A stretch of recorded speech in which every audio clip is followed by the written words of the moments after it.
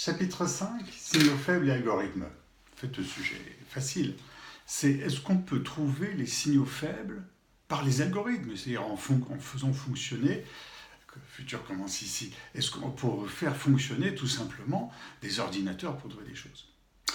Je rappelle une chose qui est très simple, c'est que quand on fait fonctionner des mots au travers d'algorithmes, bien, les mots changent.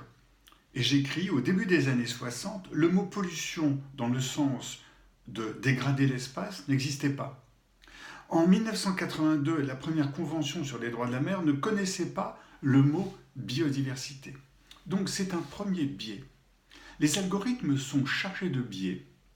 L'homme aussi est chargé de biais. Et je prends un autre exemple. Au MoMA, on a mis quelque chose comme l'année 1970 pour faire entrer la première œuvre d'un artiste noir au MoMA de New York. Donc nous aussi, humains, nous sommes chargés de biais.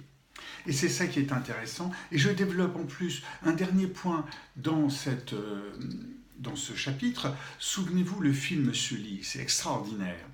C'est un avion qui part de l'aéroport de Kennedy de New York et qui doit partir. Voilà, ses moteurs sont foutus en l'air par un vol d'oies sauvages, je crois.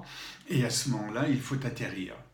Et le premier aéroport qui est là pour atterrir, ça ne va pas. Et le capitaine de l'avion, Sully, décide d'atterrir sur la Hudson River. Et il sauve, je crois, 155 passagers. Très intéressant.